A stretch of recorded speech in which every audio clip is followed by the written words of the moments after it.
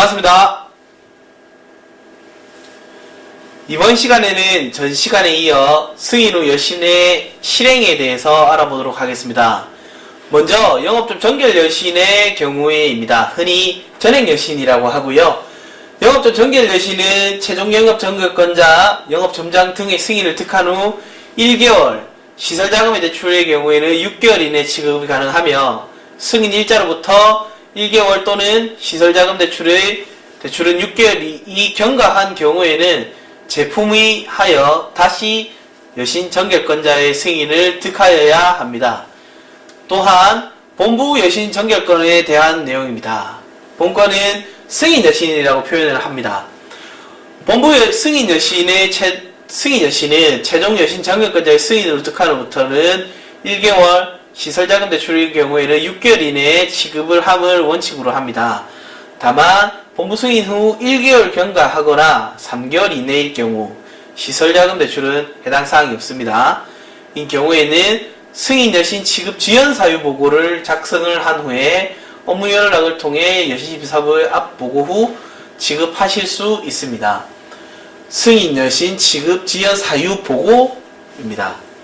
다만 세 번째에 보시면 승인 후 3개월이 경과 3개월에서 6개월 이내 대 시설자금 대출이 6개월 초과 후 12개월 이내인 경우에는 네오비스에서 승인 여신 지급 연기 신청을 네오비스 7884 비소매 여신 지급 연기 지연 신청하면 네오비스 7883 개인 CSS 여신을 통하여 여신 심사부 앞 지급 지연 사유에 대한 보고 및 승인을 득하여 지급하실 수 있습니다. 다만 건당 50억을 초과하는 기한 연기 조김 시사 대상 여신은 여신 승인 후 1개월을 경과한다 하더라도 심사부 앞 지급 지연 사유 보고를 별도로 생략하실 수 있습니다. 또한 본부 승인 일자로부터 6개월이 경과하거나 시설자금 대출은 1년이 경과한 후에는 제품이 하여 다시 승인을 득하셔야 합니다. 영업점 정결 여신에 대한 내용과 본부 정결 여신에 대한 내용이 있는데요.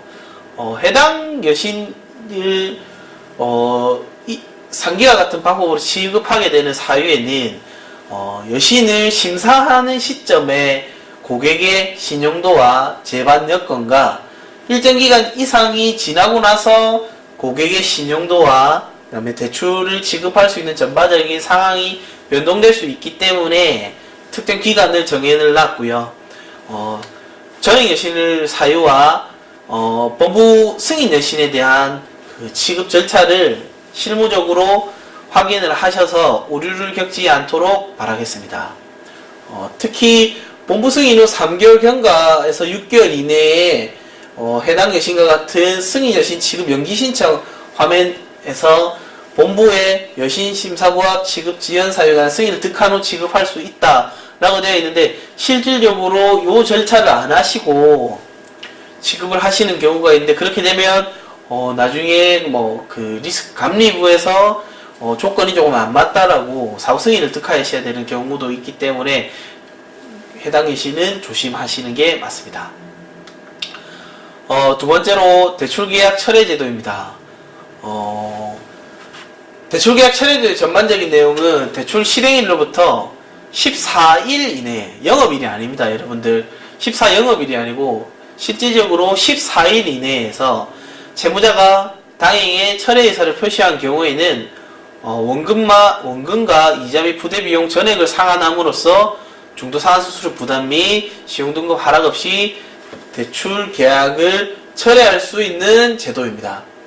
여기서 제일 중요한 것은 실행일로부터 14일입니다. 다음에 상기와 같은 대출계약 철회 제도를 모든 대출에 활용할 수 있는 것은 아니고요. 대출계약 철회가 가능한 대출은 가계대출만 가능합니다. 현재까지는요. 그래서 4천만원 이하의 신용대출, 카드론 포함입니다. 또한 2억원 이하의 담보대출입니다. 부동산, 해당 담보에는 부동산, 예적금, 신탁, 수익증권 등을 포함을 하고 있고요. 주택담보대출 중에는 유보금자리론 및 디딤돌 대출은 철회가 가능하나 서울보증보험의 보증보험증권 MCI, 주공공의 보증서, 주택도시보증공사의 보증서를 담보로 한 대출은 철회하실 수 없습니다. 대출계약 철회 제도의 업무 절차는 다음과 같습니다. 영업점에 고객께서 방문을 하시거나 고객센터를 통하시거나 인터넷 뱅킹을 통하여 신청이 가능하시고요. 상환은 영업점 창구에서만 가능합니다. 신용대출은 전 영업점에서 되고 담보대출은 해당 대출 관리점에서만 가능하심을 유의하시기 바랍니다. 두 번째로 채무자가 대출 상환을 위하여 영업점 방문 시에는 채무자로부터 대출계약 철회 신청서, 대출계약 철회 신청서 장표번호 501-861을 반드시 진구하셔서 해당 신청서는 지점장 결제 후에 대출 서류와 함께 보관하셔야 합니다. 전산조작 방법은 다음과 같습니다. 대출계약 철회 신청을 9305에서 거래구분 1번으로 하시고 당행에서 지급한 부대 비용이 있는 경우에는 부대 비용을 등록을 하십니다. 그 다음에 부대 비용 등록을 하시고 대출을 회수하시고요. 대출계약 철회 확정 등록을 하시고 대출 원금 및 이자 회수를 거래구분 08번 대출 철회로 하시는 게 다음과 같은 전산조작 방법입니다. 대출 철회 제도와 관련된 업무상 유의사항은 원금, 이자, 부대비용 전액을 상환한 경우에만 가능하며 담보대출 철회 시에는 당행이 부담하거나 지급한 부대비용을 채무자로부터 반드시 회수하시고 누락하는 사례가 없도록 하셔야 합니다. 당행이 부담하거나 지급한 부대비용은 아마 법무사 비용, 설정관리 수수료 등이 있을 수 있고요. 그 다음에 또한 대출계약 철회로부터 회수를 완료 후에는 본건 대출에 대해서는 취소 및 정정 절차를 하실 수 없습니다. 최근에 MCI가의 주택담보대출 철회 관련 민원 사례가 발생하였는데요. 아파트 대출 상담 시 보증보험 MCI를 가입하면 추가로 대출을 더 받을 수 있다고 안내를 하고 주택담보대출을 받고 난 후 14일 이내에 고객님께서 상환자금이 생겨 원금 이자 재반 비용을 납부하고 대출 계약을 철회하고자 하였으나 상기 설명한 바와 같이 MCI가 가입한 주택담보대출은 철회 가능 대상 대출에 해당되지 않아 중도상환 수수료가 80만원 가량 발생된 것에 대해서 고객께서 민원을 제기하였습니다. 업무상 유의사항은 다음과 같습니다. 보증보험의 MCI, 주공공의 보증서, 주택도시보증공사의 보증서를 담보로 한 대출은 대출계약이 철회할 수 없으므로 거액의 주택담보대출 상담 시에는 고객님께 별도의 안내 절차가 필요하니 실무적으로 유의하시기 바랍니다. 여신의 이수관입니다.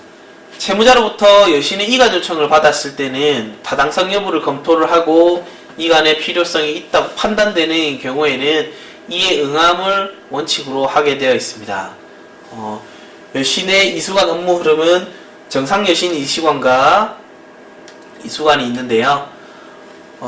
여신의 이관은 채무자로부터 대출금 이관 요청서를 진구한 후 이관하는 영업점에서 신청을 하도록 합니다. 여기에서 이관하는 영업점이란 기존의 여신관리점에서 신청을 올리셔서 이관을 진행을 하시도록 합니다. 여신 이수관 네오비스 워크플로우는 다음과 같습니다. 여신을 보유한 이관점에서 대출금 이관을 의뢰를 하고요. 이수관 의뢰 결제를 이관점 지점장님께서 하시면 이수관 요청서가 수관점에 가게 되어 있습니다.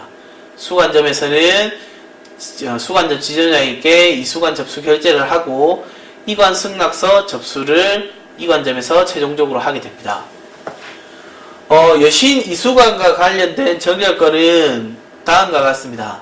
당행 임직원 명의의 대출일 경우에는 영업점장 정결로 하시되 임직원 대출 외에 일반 여신은 기본적으로 본부 심사역 협의회 승인을 득하셔서 여신 이수관을 진행을 하시도록 합니다. 또한 여신 이관 신청 시에는 개별 계좌 단위 또는 전체 차주 단위 등 이관 구분을 명확히 하여 업무상 오류를 범하지 않도록 하셔야 할 것입니다. 이관 전의 업무 처리 절차는 다음과 같습니다. 이관점은 이관 승인이 완료된 후 이관 당일에 수관점으로 여신 관련 서류 및 기타 필요한 서류 일체를 이수관 서류 목록표와 함께 수관점으로 송부를 하고 여신 관련 이수관 목록표 중 한 부는 수관 영업점장의 확인을 받아 보관합니다. 다만 여신 관련 서류 일체가 본부에 집중되어 있는 경우에는 이수관 업무를 생략하실 수 있습니다. 또한 이관점은 담보점 출입하면 및 담보 및 보증인 관리점을 수관점으로 변경을 하시고 이관 여신이 비소매 여신 경우에는 네오비스 관리점 변경, 신용평가 관리점을 변경을 하시도록 합니다. 대출 이자는 여러분들께서 크게 고민하실 건 없습니다. 전산으로 자동 계리를 하고요. 이관일 전일까지 계산하여 이관점에서 수령을 하고 이미 이자를 선취한 경우에는 이관 당일로부터 이자를 환출하여 수관점으로 자동으로 정금이 처리가 됩니다. 또한 정리대출금의 이관 등 당행의 형편에 의해 이관한 경우로서 이자를 받지 못할 때에는 전액 수관점에서 양도하여 커버페이지 메모란에 미수이자 채권인 수관점에 양도함이라고 기재하여 업무 처리를 하시도록 합니다. 두 번째로 수관점의 업무 처리입니다.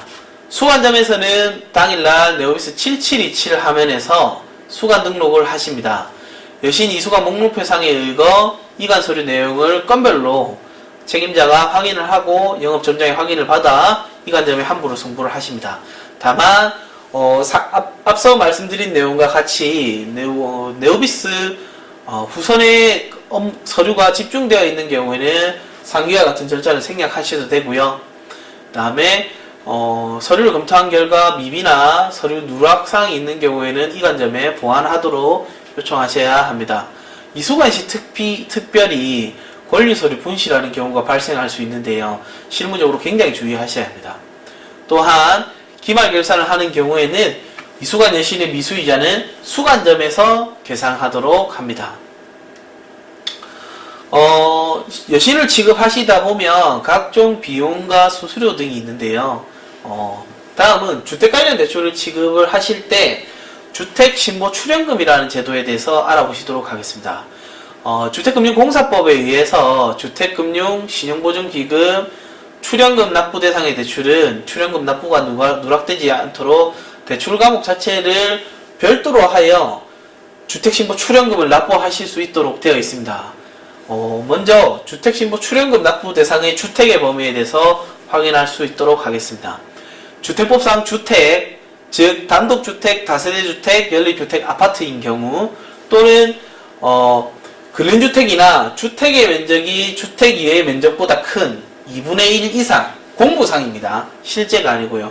공부상 주택의 면적이 주택 이외의 면적보다 큰 경우에는 주택신고 출연금 납부 대상으로 분류를 합니다. 그 다음에 출연금 납부 대상 대출은 다음과 같고요. 기업자금 및 공공 및 기타 자금일 경우에는 부동산 임대업자 또는 부동산 개발업 등을 영위하기 위한 주택사업자가 주택을 임대 또는 분양의 목적으로 주택을 구입 또는 건설하기 위한 대출일 경우에는 출연금 납부 대상입니다. 또한 사업주가 주택금융공사법에 의하여 근로자에게 분양 또는 임대 목적으로 주택을 건설 또는 구입하기 위한 대출도 상기와 같이 출연금 납부 대상입니다. 즉 주택신고 출연금 납부 대상으로 분류하는 경우에는 일반 자금대출 운전이 아니고 주택자금대출 시설 또는 운전으로 선택하셔야 합니다.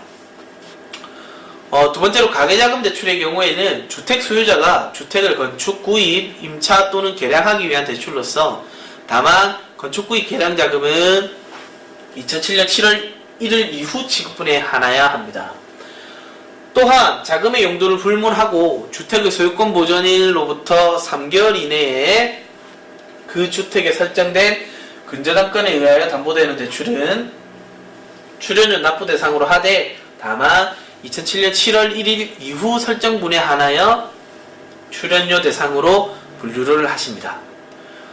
또한 주택을 분양하기 위하여 계약을 체결하고 그 계약서에 기재된 금액을 납부하기 위한 중도금 대출, 또한 주금공 신용보증서에 의한 담보대출, 마지막으로 주택금융공사 모기지로는 출연료 납부 대상입니다. 출연료 납부 대상 기업자금 대출의 대출 과목 분류는 다음과 같습니다. 부동산 개발 공급업자가 주택을 신축하여 분양 공급하기 위한 목적의 대출을 신청하는 경우에는 주택자금 운전으로 분류를 합니다. 다만 부동산 임대업자가 주택을 임대하기 위하여 구입 또는 건축하기 위하여 대출을 신청하는 경우에는 주택자금 시설로 분류를 합니다. 그래서 흔히 우리가 생각하는 일반자금대출 운전, 일반자금대출 시설이 아닌 출연료 납부 대상의 기업자금 대출일 경우에는 주택자금 운전, 주택자금 시설로 명확하게 분류를 하셔야 합니다. 주택 신보 출연료 납부 대상 가계자금 대출은 가계자금 주택담보대출은 다음과 같고요. 앞서 설명드린 내용과 같이 2007년 7월 1일부터 취급된 또한 취급일 이후 소유권 이전되는 주택담보대출을 지급하는 경우이고요. 자금의 용도를 불문하고 7월 1일 이후에 이미 소유권 이전된 주택을 담보로 소유권 이전일로부터 3개월 이내에 근저당권을 설정하고 대출을 취급하는 경우에는 출연료 납부 대상입니다. 다만 제3자 소유자가 당해 주택을 구입하기 위한 용도가 아닌 순수하게 담보만 제공하는 경우에는 출연료의 납부 대상에서 제외 가능하십니다. 또한 소유권 이전일로부터 3개월이 경과하더라도 신규 중개 대항 갱신 취급 또는 제2에 의해 설정된 근저당권에 의해 해당 대출의 담보가 일부라도 해당하는 경우에는 출연료 납부 대상이라고 보실 수 있습니다. 소유권 이전 원인이 매매나가 아닌 상속동인 증여인 경우에도 출연료 납부 대상으로 분류하는데요. 상속도는 증여에 의한 소유권 이전일로부터 3개월 이내에 근저당권을 설정하고 대출을 지급하는 경우에는 출연료 납부 대상입니다. 또한 비출연 대상 주택담보대출을 채무인수한 경우 사기대출도 구입자금 용도의 대출에 해당함으로써 출연 대상으로 분류를 하고 가산금리 부과 및 여신과목 코드를 변경하셔야 합니다. 출연료가 납부가 되면 실질적으로 당행에서 이자 금액에 포함하여 비용을 징구를 하여야 하기 때문에 대출금리가 비출연 대상보다 조금 높은 것이 사실이고요. 비용이 발생하는 부분이 있기 때문에 출연은 납부 대상인지 아닌지 정확하게 구분을 잘 하시는 게 중요합니다. 수입인지에 대한 내용입니다. 일반적으로 대출을 실행할 때에는 대출 금액을 과세 기준으로 하여 인지세법상에 정하는 인지세 금액을 납부를 하시는데요. 인지세 부담은 당인과 채무자가 각각 50%씩 부담을 하고 건별 거래는 대출 금액에 대해서 받으시되 한도 거래는 대출 한도액을 과세 기준으로 하여 수입인지를 첨부합니다. 여기서 주의하실 것은 한도의 건별 대출은 수입인지 납부 대상이 아닙니다. 대출 금액별 수입인지는 5천만원 이하는 면제고요. 5천만원 초과해서 1억 이하는 5만원, 1억 초과해서 10억 이하는 7만원, 10억 초과는 35만원이고요. 여기서 고객과 은행이 당연히 50%씩 객값 부담한다는 것을 확인하실 수 있습니다. 여신거래 약정서별 인지세는 다음과 같고요. 여신거래 약정서 및 채무인수 약정서는 당인과 채무자가 각각 50%를 적용을 하시고 다만 지급보증서, 서면전자, 사채보증 약정서는 인지세가 1만원으로 정해져 있습니다. 여기서 주의하실 내용은 지급보증거래 약정서, 추가약정서, 저당권 설정계약서, 근질권, 양도담보, 채권 양도계약서, 금보증서, 지상권 설정계약서는 인지세 납부 대상이 아니라는 것을 확인하시기 바랍니다. 또한 대출 취급별 인지세 납부 방법이 있는데요. 갱신 및 해전일 경우에는 사기 대출을 새로운 대출로 간주를 하여 인지세를 전액 징구하시면 되고 증대인 경우에는 증액하는 금액에 대하여 인지세를 계산하여 별도로 수납하시면 됩니다. 기한 연기에 있는 경우에는 금액의 변경이 없는 상한기간, 상한박 미율 등의 조건 변경하는 증서는 당초 상한기간 내에 작성하는 상한기간을 경과하여 작성하든 과세되지 아니함으로써 기한 연기하는 경우에는 수입인지를 징구하지 않습니다. 수입인지와 관련된 실무상 참고 내용인데요. 지급보증대출 지급 시에는 대출금액 기준으로 수입인지를 붙인다. 다만 수입신용장 개설 및 지급보증 및 외화대출의 경우에만 해당 내용이 있고요. 그 다음에 유가증권 양도를 위한 거래로 여신거래약정서를 작성하는 경우에는 수입인지를 붙이지 아니합니다. 즉 상업보험 할인, 매매한 DADP, 대출이 수반되지 않는 팩토링 거래는 수입인지 납부 대상이 아닙니다. 또한 인지세법 당에서 창업 중소기업에 대한 인지세 특례가 있는데요. 이 인지세는 중소기업 창업지원법에 의해서 창업자가 창업일로부터 법인 설립 등기일이고 개인사업자는 사업자 등록증 교부일인데요. 일로부터 2년 이내에 해당 사업과 관련하여 대출을 받기 위해서 작성하는 증서, 통장, 계약서 등은 2018년 12월 31일까지는 인지세를 면제합니다.